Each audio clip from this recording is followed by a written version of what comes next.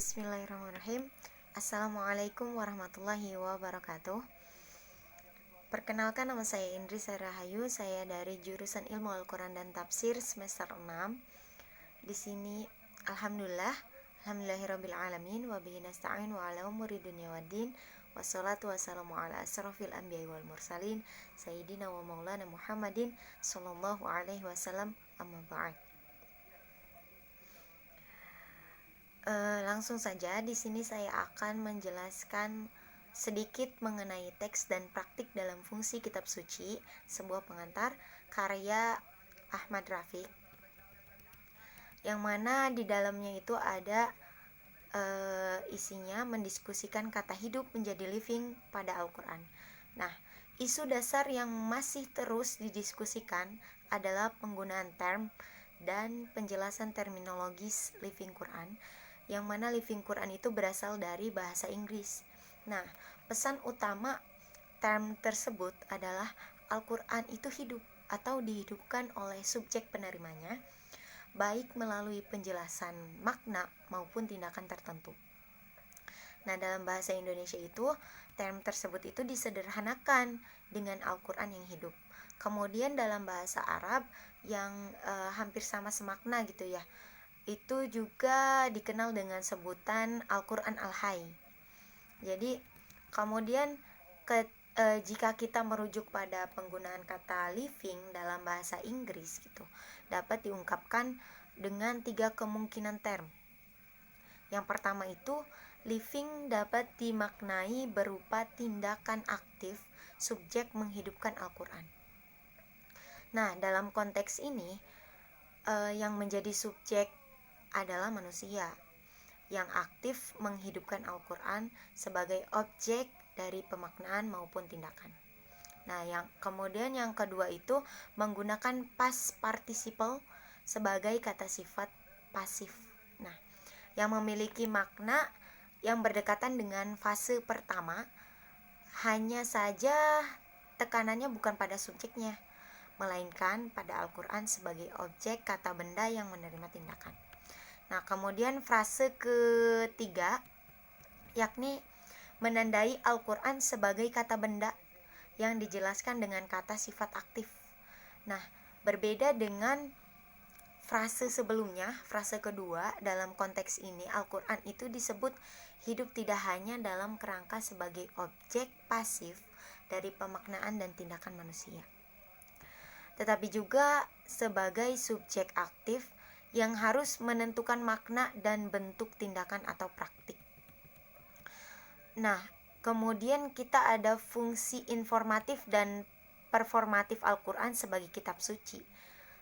Jika disederhanakan, hubungan antara dimensi data dan interpretasi dapat membentuk 4 pola relasi antara manusia dan juga kitab suci. Nah, yang pertama itu, pola pertama, data teks yang diinterpretasi secara informatif. Jadi kasus ini dapat dilihat dari keberadaan penafsiran Al-Quran, di mana fenomena ini bermula dalam sematan gelar kepada Nabi Muhammad sebagai mufasir pertama.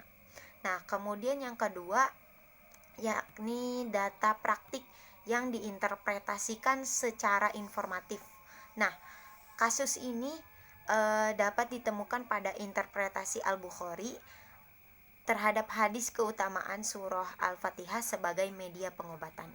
Nah, kemudian yang ketiga, pola ketiga antara relasi antara manusia dan kitab suci, yakni data teks yang diinterpretasi secara performatif. Nah, dalam kasus kajian Al-Quran itu dapat dilihat pada penafsiran dan praktik pembacaan al-mu'awwidzatain itu sebagai perlindungan diri atau pengobatan dari gangguan makhluk gaib. Nah, kemudian yang keempat, pola keempat, yakni data praktik yang diinterpretasikan secara performatif. Jadi surah Al-Fatihah dalam kitab At-Tibyan fi Adab Hamalatil Quran karya Imam An-Nawawi itu dapat menjadi pembanding interpretasi informatif Al-Bukhari yang disampaikan sebelumnya. Nah, kemudian kita lanjut ke transmisi dan transformasi. Nah, setidaknya itu ada 3 pola transmisi yang bisa dilacak dalam teks dan tradisi keagamaan dalam Islam. Nah, yang pertama, pola transmisi yang pertama yakni transmisi itu dapat terjadi dalam bentuk rujukan dari satu literatur kepada literatur terdahulu atau literatur dari generasi yang berbeda merujuk kepada sumber informasi yang sama. Nah, kemudian pola yang kedua yakni transmisi juga dapat terjadi dalam bentuk hubungan milenial dari murid kepada guru dalam bentuk rantai periwayatan atau sanad gitu ya. Nah, kemudian pola yang ketiga yakni model transmisi diskursif. Jadi melalui tradisi yang berkembang di masyarakat. Jadi model ketiga itu melalui tradisi yang berkembang di masyarakat. Nah, kemudian model-model transmisi di atas yang ketiga tadi meniscayakan munculnya transformasi atau perubahan. Nah, perubahan bentuk pengetahuan dan juga praktik terhadap Al-Quran dari satu subjek ke subjek yang lain, atau dari satu masa ke masa sesudahnya gitu. Nah, peristiwa di masa lalu tidak hanya menjadi sejarah, tetapi juga menjadi ingatan atau memori yang dikonstruksi oleh generasi sesudahnya dengan beragam cara seperti terlihat dalam 3 model di atas, maksudnya 3 pola di atas yang tadi sudah saya jelaskan, yakni referensi, sanad, atau penjagaan tradisi memori tersebut kemudian dikonstruksi oleh berbagai kepentingan pada saat ingatan itu dinarasikan kembali.